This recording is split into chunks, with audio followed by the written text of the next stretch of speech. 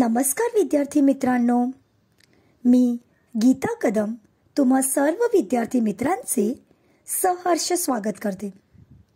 मित्रांनो, आज आपण आपल्या मराठीच्या पाठ्यपुस्तकातील पाठ क्रमांक 14 अप्पाजींचे चातुर्य हा अभ्यासणार आहोत आणि या पाठाचे लेखक आहेत विलास गीते.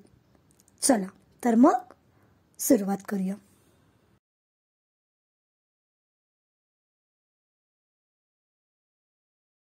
मुलांनो, गोष्टी म्हटल्या की तुम्हाला फार बरं वाटतं, फार मज्जा येते.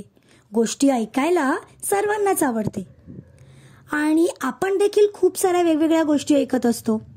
अकबर बिरबलच्या गोष्टी किंवा तेनालीरामच्या गोष्टी ह्या ऐकायला आपल्याला फार मजा वाटते, कारण यामध्ये आपल्याला बुद्धिमत्तेचा वापर कसा केला जातो हे समजते. आणि तुम्ही खूप साऱ्या अशा प्रकारच्या गोष्टी वाचल्या असाल किंवा आपल्या टेलिव्हिजनमध्ये म्हणजे टीव्हीवरती दूरदर्शनवरती तुम्ही पाहिल्या देखील असतील आणि तुम्हाला त्या आवडल्या असतील. तर आज आपण एक अशाच प्रकारची गोष्ट जी आहे ती अभ्यासणार आहोत आणि या गोष्टीचे नाव आहे अप्पाजीचे चातुर्य. चला तर मग आपण अप्पाजी जो आहे त्याने त्याचे चातुर्य म्हणजे त्याच्या चतुरपणा, हुशारपणा हा कसा ते आपण पाहूया. खूप जुनी गोष्ट. विजयनगरमध्ये तेव्हा कृष्णदेवराय राज्य करत होते. त्याच्या प्रधानाचे नाव होते अप्पाजी. अप्पाजी फार चतुर होते. बघा मुलांनो, ही जी गोष्ट आहे ती फार जुनी अशी गोष्ट आहे आणि त्या काळामध्ये आपल्या भारतात विजयनगर नावाचं एक राज्य होतं आणि या राज्यामध्ये कृष्णदेवराय हा राजा होता. मुलांनो, कृष्णदेवराय हा विजयनगरचा फार महत्वाचा असा राजा होता, फार प्रसिद्ध असा राजा होता.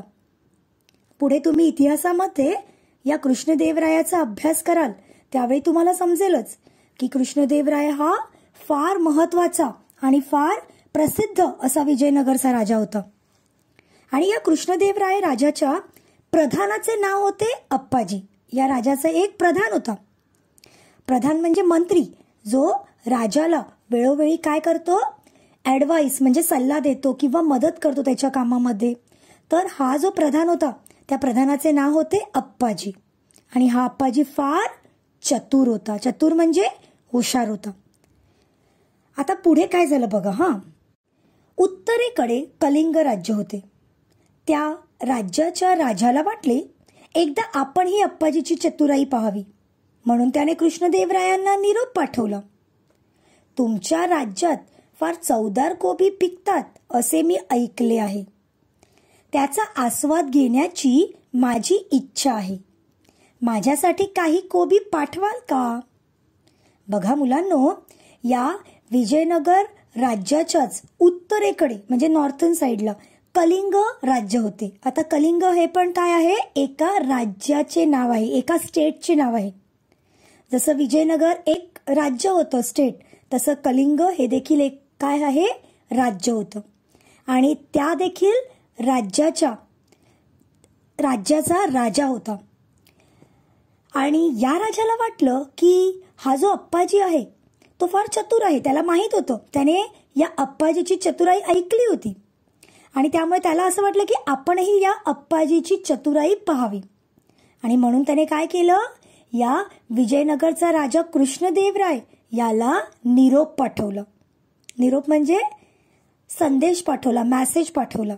आता काय मेसेज पाठवला, तर तुमच्या राज्यात फार चवदार कोबी पिकतात असे मी ऐकले आहे. चवदार म्हणजे चविष्ट. या कलिंगच्या राजाने कृष्णदेवरायाला काय निरोप पाठवला की तुमच्या राज्यात फार चवदार म्हणजे फार चविष्ट असे कोबी पिकतात. कोबी म्हणजे कॅबेज, ज्याला आपण इंग्लिशमध्ये कॅबेज म्हणतो. तर ते फार चवदार म्हणजे फार टेस्टी असतात आणि या कोबीचा आस्वाद घेण्याची, आस्वाद म्हणजे आनंदाने त्याची चव घेण्याची माझी इच्छा आहे. आस्वाद म्हणजे चाखून पाहणे, आनंदाने त्याची चव घेणे किंवा चाखून पाहणे. या कोबीची कोबीचा आस्वाद घेण्याची या कलिंगच्या राजाची काय होती, इच्छा होती. आणि म्हणून त्याने कृष्णदेवरायाला काय म्हटलं की माझ्यासाठी तुम्ही तुमच्या राज्यातून काही कोबी पाठवाल का. आता पुढे काय झालं बघा. हा,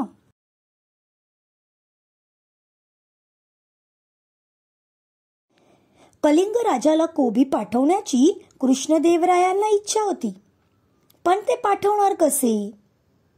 त्या काळी आजच्या सारखी वाहतुकीची जलद साधने नव्हती. वाहतूक चालायची ती बैलगाड्यांमधून. बैलगाड्या कलिंग राज्यात पोहोचायला 3 महिने लागत. आपण चांगली ताजी कोबी पाठवली तरी ती कलिंग राज्यात जाईपर्यंत कुजून जातील असे राजाला वाटले. बघा मुलांनो, कलिंगच्या राजाने इच्छा व्यक्त केली होती की त्याला या कृष्णदेवरायाच्या विजयनगर राज्यातील ताजी चवदार कोबी चाखायची होती. आणि कृष्णदेवरायाला देखील कलिंगच्या राजाला कोबी पाठवण्याची इच्छा होती. पण त्याच्यासमोर एक समस्या होती. आणि ती समस्या काय होती की या ज्या कोबी आहेत ती त्या कलिंगच्या राजाला कशा पाहिजे. कारण त्या काळामध्ये आजच्यासारखी वाहतुकीची जलद साधने नव्हती. जलद म्हणजे फास्ट आपण इंग्लिशमध्ये म्हणतो, किंवा वेगाने. जलद म्हणजे वेगाने किंवा फास्ट. आज जर आपण बघितलं तर ही जी वाहतुकीची साधने आहे म्हणजे ट्रान्सपोर्ट रिसोर्सेस, आज जर आपण बघितलं ते फार खूप साऱ्या प्रमाणामध्ये आपल्याकडे उपलब्ध आहेत आणि फार जलद म्हणजे फार वेगाने आपण ट्रॅव्हलिंग करू शकतो. परंतु त्या काळामध्ये अशी साधने नव्हती. त्या काळामध्ये फक्त बैलगाड्या असायच्या. आणि मुलांनो, तुम्हाला तर माहीत असेल की बैलगाड्या किती हळूहळू धावतात, म्हणजे किती स्लो असतात. आणि या बैलगाड्या कलिंग राज्यात पोहोचायला जवळपास 3 महिने लागायचे. आता कृष्णदेवरायाच्या समोर समस्या काय होती की त्याने जर चांगली ताजी कोबी, ताजी म्हणजे फ्रेश अशी कोबी जर कलिंग राज्यात पाठवली तर ती कलिंग राज्यात पोहोचेपर्यंत जवळपास 3 महिने लागतील.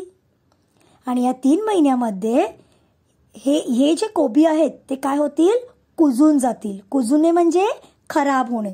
कुजणे म्हणजे खराब होणे. हे जे कोबी आहेत ते खराब होऊन जातील. मग ते राजाला खराब कोबी द्यायचे का. मग ही सर्वात मोठी समस्या या कृष्णदेवरायाच्या समोर होती. आता पुढे त्याने काय केलं पहा.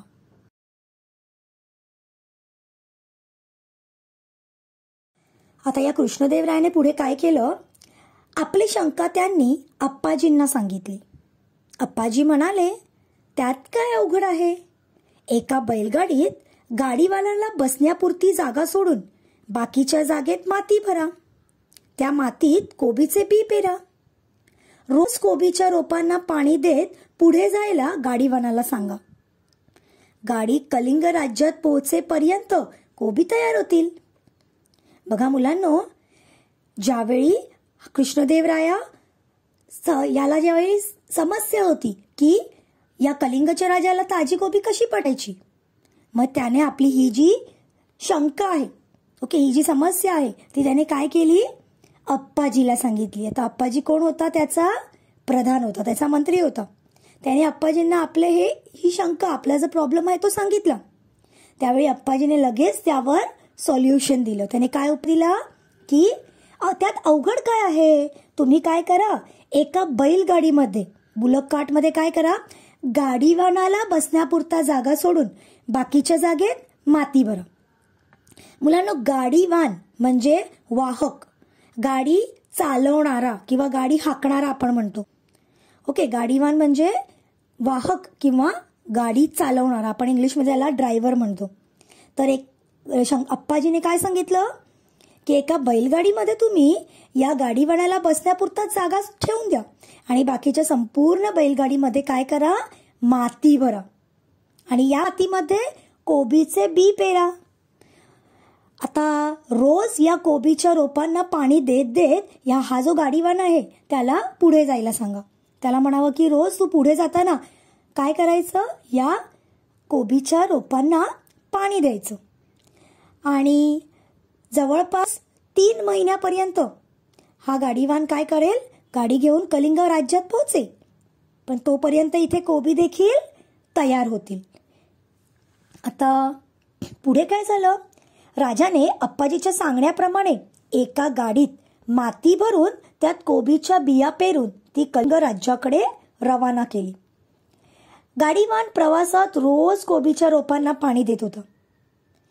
3 महिन्यांनी ती बैलगाडी कलिंग राज्यात पोहोचली. कलिंग राजाला ताजी कोबी मिळाली. त्याला आनंद वाटला. अप्पाजीचे कौतुकही वाटले.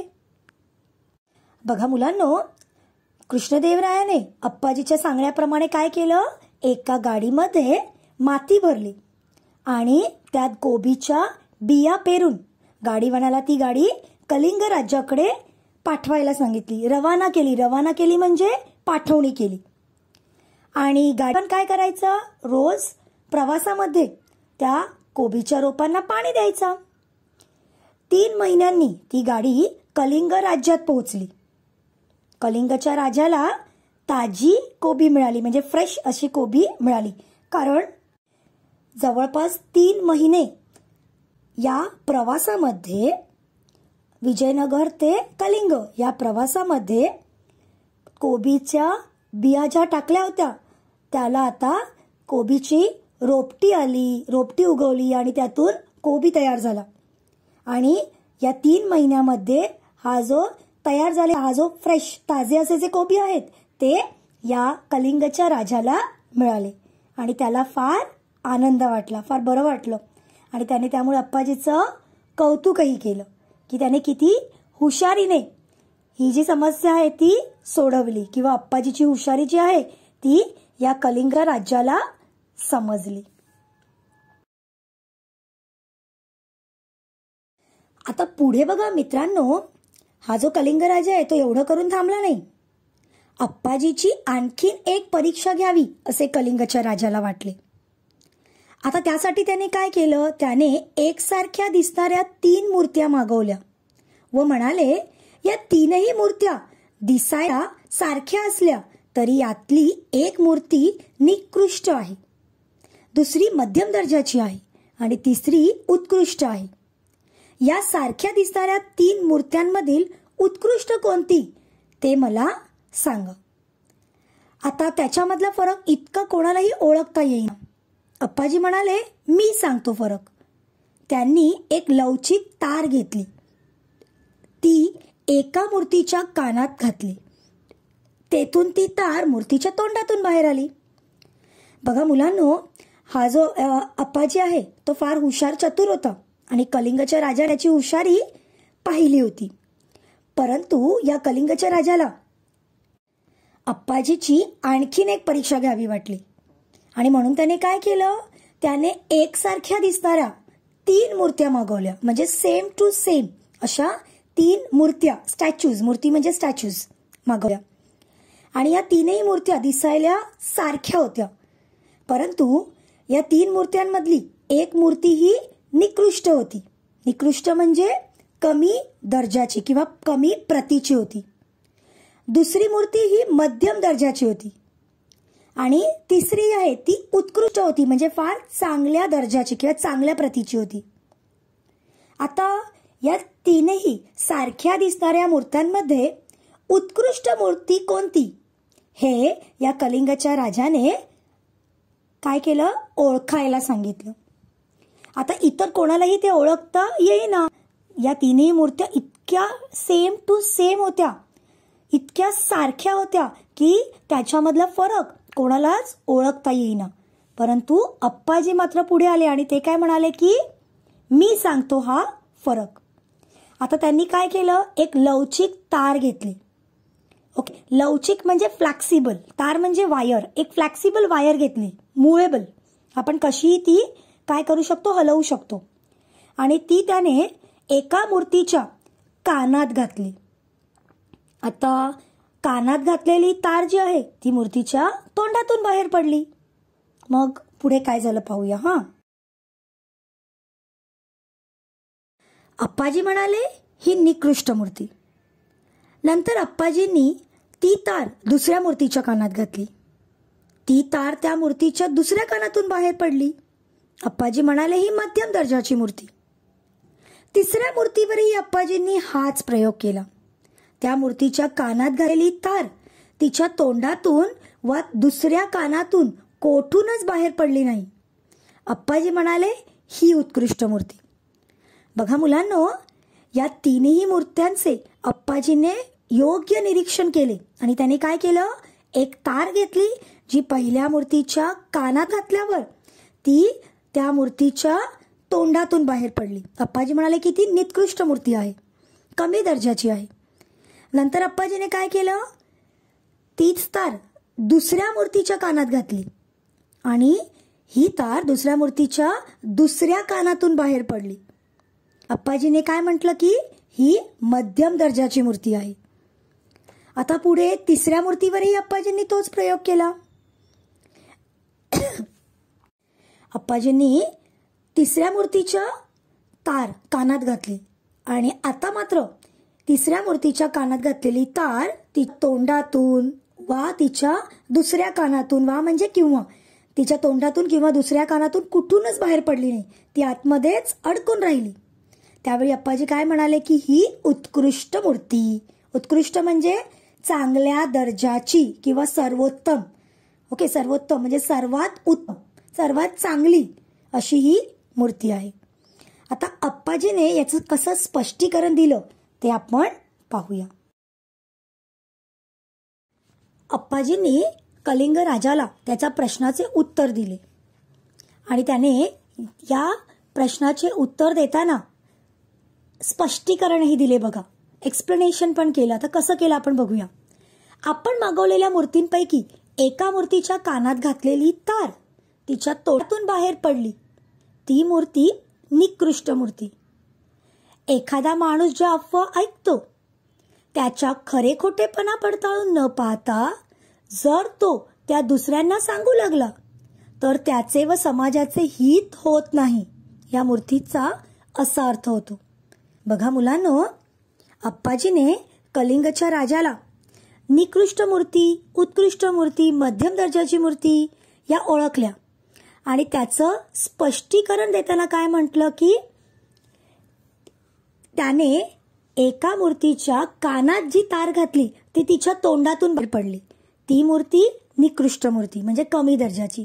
आता त्याचं स्पष्टीकरण कसं दिलं की एखादा माणूस ज्या अफवा ऐकतो, अफवा म्हणजे खोटी बातमी, एखादा माणूस एखादी खोटी बातमी अफवा ऐकतो तर त्याचा खरे खोटेपणा पडताळून न पाहता तो लगेच दुसऱ्यांना सांगू लागला तर त्यामुळे समाजाचं हित होत नाही.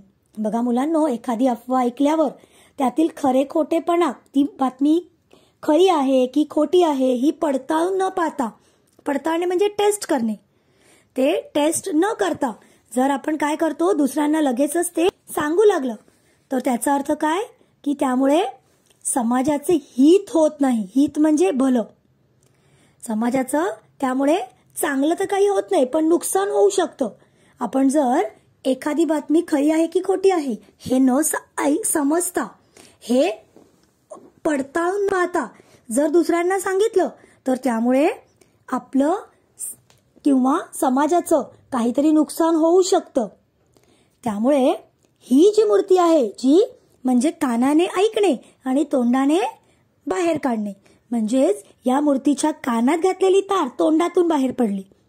तर अशा पद्धतीने अर्थ लावून अप्पाजीने निकृष्ट मूर्ती जी आहे ती ओळखली आणि तिचा अर्थ स्पष्ट केला.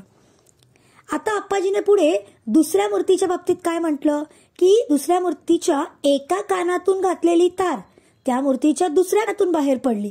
ही मध्यम प्रतीची मूर्ती. एखाद्या माणसाने अफवा ऐकली आणि ती दुसऱ्या कानाने सोडून दिली तर त्यात समाजाचे हितही होत नाही आणि नुकसानही होत नाही. हा दुसऱ्या मूर्तीचा अर्थ. बघा मुलांनो, अप्पाजीने दुसऱ्या मूर्तीचा अर्थ कलिंगच्या राजाला काय सांगितलं की दुसऱ्या मूर्तीच्या कानात घातलेली तार तिच्या दुसऱ्या कानातून बाहेर पडली. ही मध्यम प्रतीची, मध्यम दर्जाची मूर्ती. कशी तर ज्याप्रमाणे एखादा माणूस एका कानाने ऐकतो, एखादी अफवा एका कानाने ऐकतो आणि दुसऱ्या कानाने ती सोडून देतो, त्यावर विचार करत नाही, मला काय करायचंय त्यात, असा विचार करून तो ती सोडून देतो. अशा लोकांमुळे समाजाचे हित म्हणजे भलं देखील होत नाही, पण समाजाचं नुकसान देखील होत नाही. म्हणजे असे लोक जे आहेत ते चांगलं देखील करत नाहीत आणि वाईटही करत नाहीत. म्हणजेच या मूर्तीच्या बाबतीत जो अर्थ लावला तो कसा होता, या मूर्तीच्या एका कानात घातलेली तार दुसऱ्या कानातून बाहेर पडली आणि म्हणून ही मूर्ती कशी होती, मध्यम दर्जाची मूर्ती, कारण त्यामुळे चांगले देखील होत नाही आणि वाईट देखील होत नाही. आता अप्पाजीने तिसऱ्या मूर्तीचा अर्थ काय सांगितला बघा. तिसऱ्या मूर्तीच्या कानात घातलेली तार ती तेथेच अडकून राहिली, ती उत्कृष्ट मूर्ती. तिसऱ्या मूर्तीच्या बाबतीत काय झालं, त्याने कानात तार घातली, ती मात्र काय झाली, तेथेच अडकून राहिली, ती बाहेर आलीच नाही आणि ही उत्कृष्ट मूर्ती. आता याचं स्पष्टीकरण कसं दिलं ते आपण पाहूया.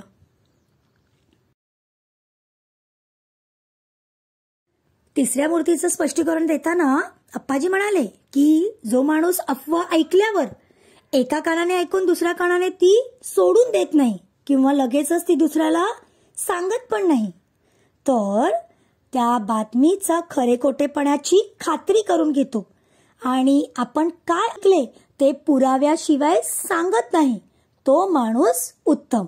हा तिसऱ्या मूर्तीचा अर्थ होय. बघा, जो व्यक्ती एखादी बातमी किंवा अफवा ऐकली तर लगेचच तो दुसऱ्यांना सांगत पण नाही किंवा तो सोडून पण देत नाही.